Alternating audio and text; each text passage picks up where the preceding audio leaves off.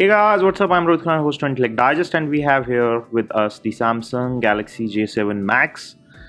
This one has been launched around 18,000 rupees in India, and in this video, I'm gonna unbox this, show you what all you get, give you my first impressions, have a look at the display, have a quick look at the camera, talk about the specifications, features, and a quick overview.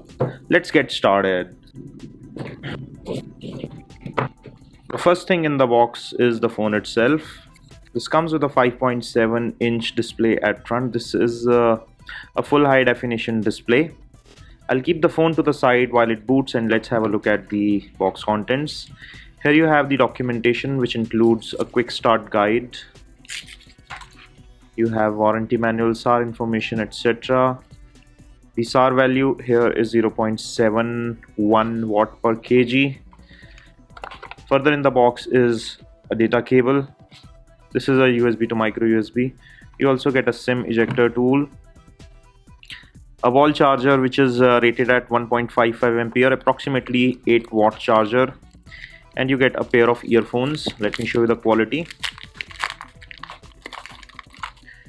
These are moderate quality plastic earphones by Samsung. They are not very premium, unlike the phone, which looks very premium to me. And here we have the Samsung Galaxy J7 Plus.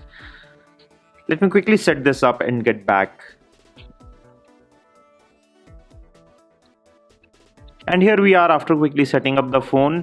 It is running Android latest operating system, which is the Nougat, and on top of that is the Samsung's UI, which is what they call Samsung Experience. It has been customized, but it is lighter than the previous versions of the UI that we have seen earlier by Samsung. They are quite heavy. This one does look nice and smooth and fluid. Underneath it is running the Helio P10 chip from MediaTek. I'll give you a quick physical overview of the phone before we move further. On the right hand side of the phone, you have the power wake up key, followed by a speaker grill here on the right side only.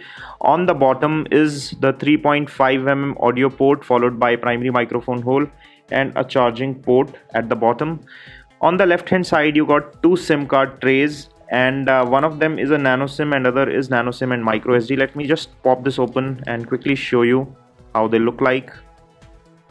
Samsung has not selected the hybrid SIM slot here, which is appreciated because now you can have two SIM cards as well as memory expansion. So you have the option of having two SIM cards and yet expanding the memory, which is a good choice for the consumers. And since this is a large size phone, they can easily do that.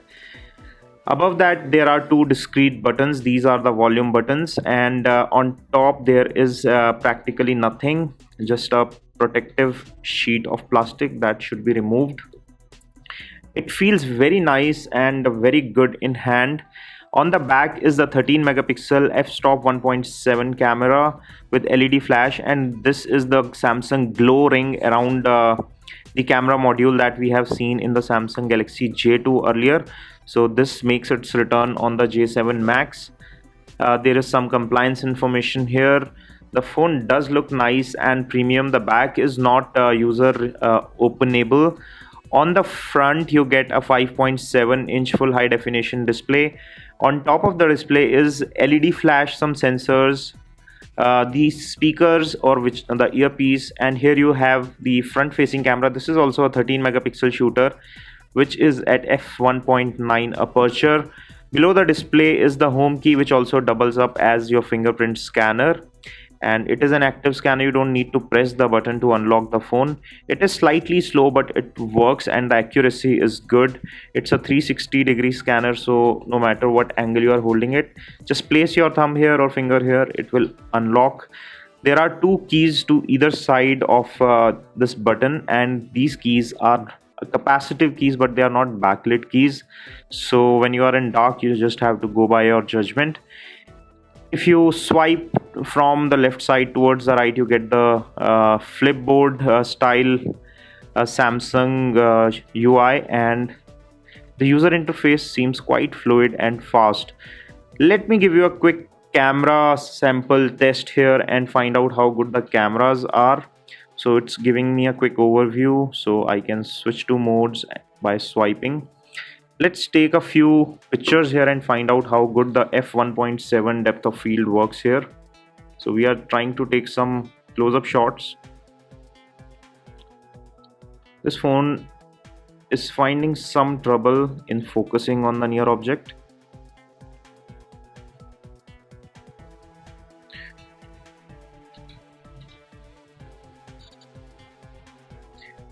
Maybe this is a software issue. Let me push it back a little. And it seems to have found the focus finally. Let's take another shot here.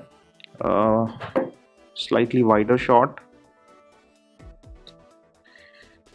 And now let's try a selfie.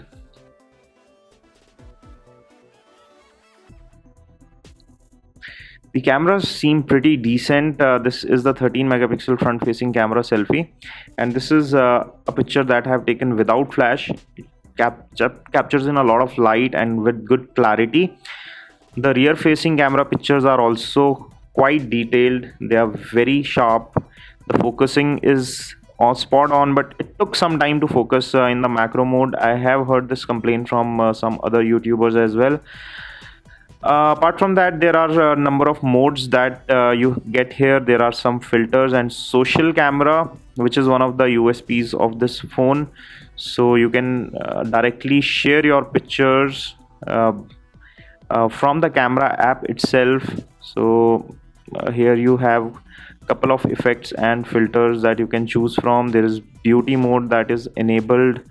You can just also use the filter settings from within. There's also Samsung Pay Mini, which has been included. The Samsung Pay Mini is a mini version or the cut down version of the Samsung Pay, which lets you pay via UPI interface and the mobile wallets. This is not the proper MST enabled Samsung Pay that you find on the flagships and some of the limited number of phones that have been supported by Samsung Pay. This glow ring is another cool feature of the Samsung Galaxy J7 Max, and there is an app to control that. This is called the Smart Glow, and there are certain number of alerts that you can use. There is camera assist, which is another interesting feature. So when this is on, you can take selfie with the rear camera using the camera glow. So it will guide you to move left or right and take a picture accordingly. This is a cool, nice differentiating feature that you would not find on many phones. This is kind of unique to Samsung, which makes it interesting. The phone looks good. The feel of the phone in hand is quite nice. It feels premium. It uses a mediocre chipset, which is the MediaTek Helio P10 chip. It has 4 gigs of RAM, 32 gigs of internal memory, and let me show you the available storage before we wrap up. So you get around 24 gigs of available storage right away, and you can expand it by adding a micro SD card.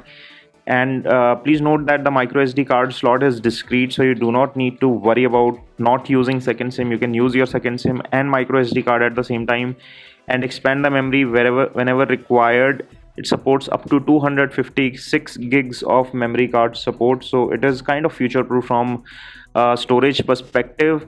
It is a nicely loaded phone, so it's up to you whether you think it's worth for 18,000 rupees or not. In my personal opinion, it is a good phone. It gives you good set of cameras, a nice display, although I miss the Super AMOLED display of Samsung here. This is an IPS LCD, which makes it slightly lower in quality compared to the AMOLEDs that we have seen.